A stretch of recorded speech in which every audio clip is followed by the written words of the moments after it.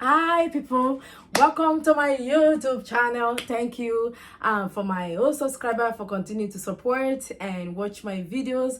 If this is your first time checking my channel out, please subscribe and click on the notification button so that you can automatically be notified on YouTube whenever I release a video. Okay, so you guys should subscribe, like, comment and share this video, because if you're getting a lot from my video, definitely other people will get a lot from it as well. So please share and share and share. Thank goodness.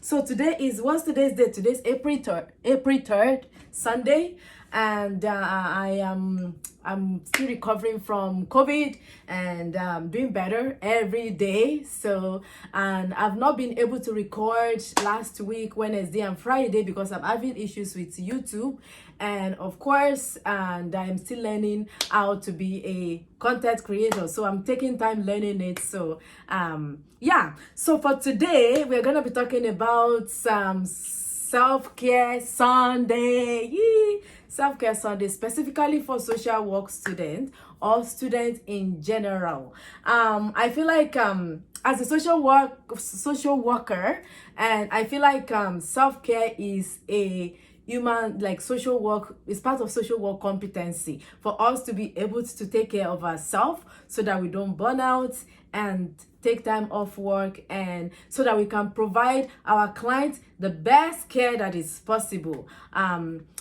So again, we have to take care of ourselves, and that will start from being a student. So when you're a social work student, or you are a student in a program that is human services program, it is important for you to take good care of yourself, physically, mentally, spiritually, and in any other area that you take care of yourself.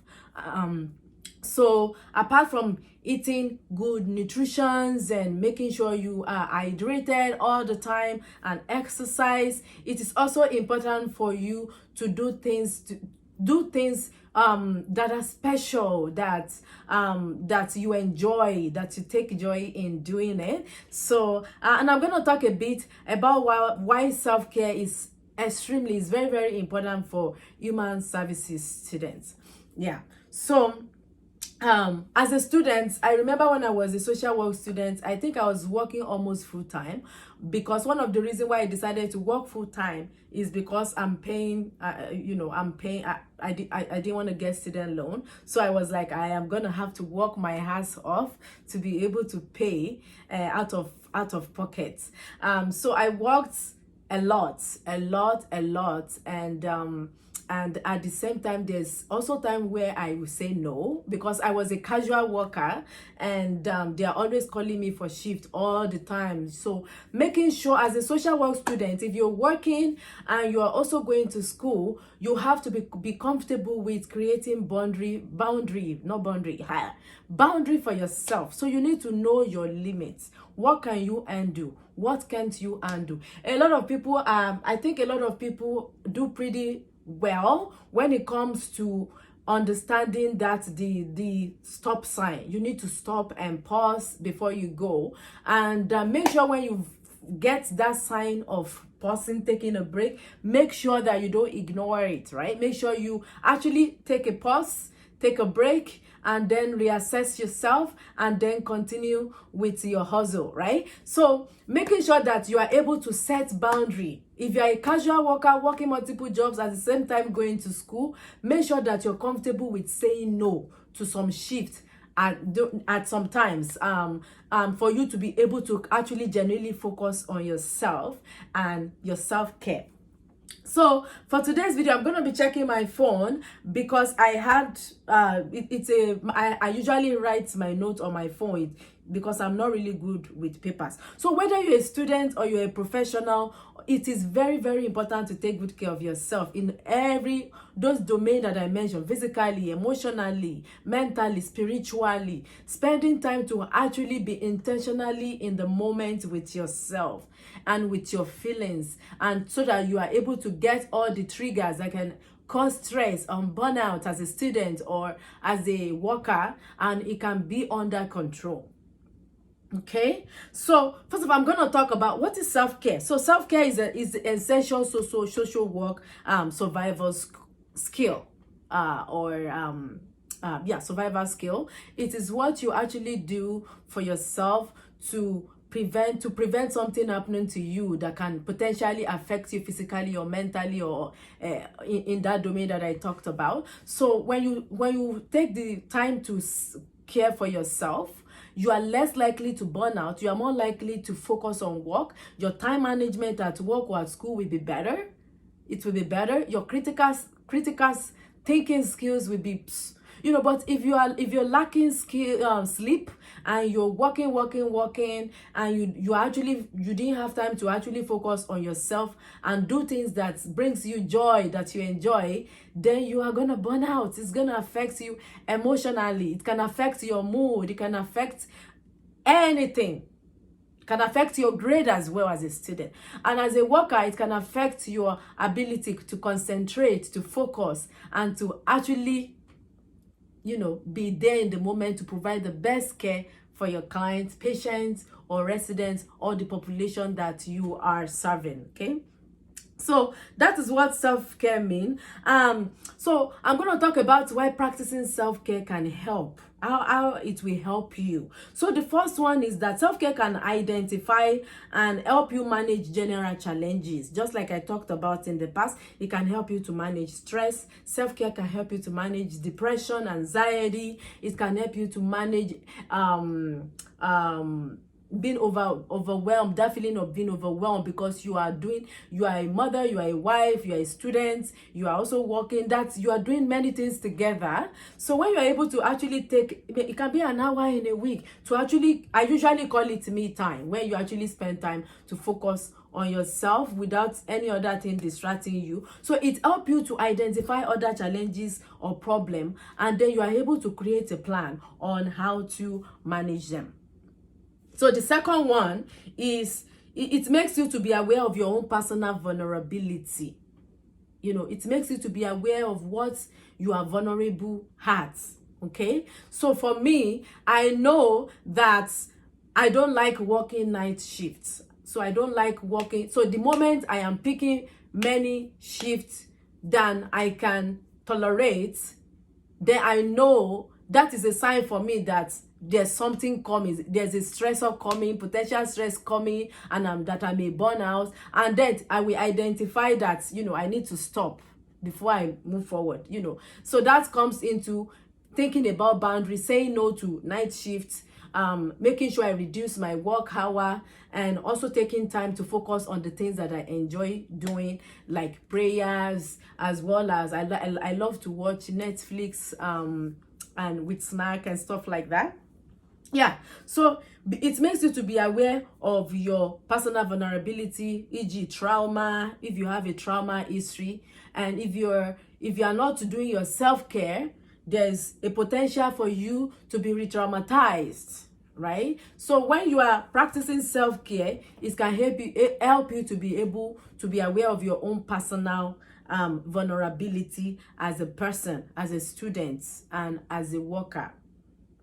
Okay, so practicing self-care can also help you as a student to balance your life. You don't have to, the fact that you work 40 hours a week as a student, you have expectation as a student. You have research paper to submit, their projects, you have deadlines, you also have to be successful in the program that you're doing, right? So it is important for you to actually to do things that is outside of school.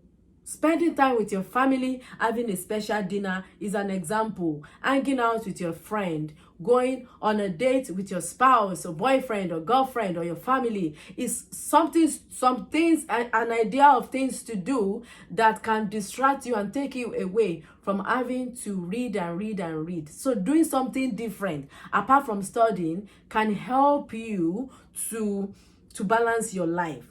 Make sure that you engage in sport, extracurricular activity, intra and extracurricular activity, volunteerism, volunteering in your church or religious organization, spending time with spirituality, you know, prayers. Also, like I remember when I was stressed and there was a lot going on for me in terms of mental health, I used to like dance. Like I dance alone, just put on the TV and I play music and I would dance, you know. And when I dance, I start to sweat, you know. It's like some sort of exercise as well. And I also like to watch Netflix and you know, hang out with my friends. I have some lovely friends that will get me to hang out in their house, and then you know, it's nice to do things like that so that you are not alone or bored. And also, if you're a student, that you are an international student, you're really far away from home, make sure that you find some groups of people that you trust and belong to that group, and make sure you arrange dates, hangouts, and special events that you can do that is separate from school. Okay? Yeah. So self-care is important because it helps you with your physical and psychological health. It helps you to reduce stress and burnout. It helps you to be able to sustain important relationship in your life. If you're burnout and stress, you may have mood swing and you may get angry easily. Little things will just make you angry, and it's not because you are a bad person, it is because you are stressed, you're overwhelmed, and then your emotional health is compensating because it's causing me mood swing, because you actually need to spend time and focus on yourself, reevaluate your life, know when to stop when you are having that red sign, and then go. Okay? So for me, red sign for me, if I'm not, to me, if I'm not focusing or doing my self-care, for me, red sign for me means difficulty sleeping.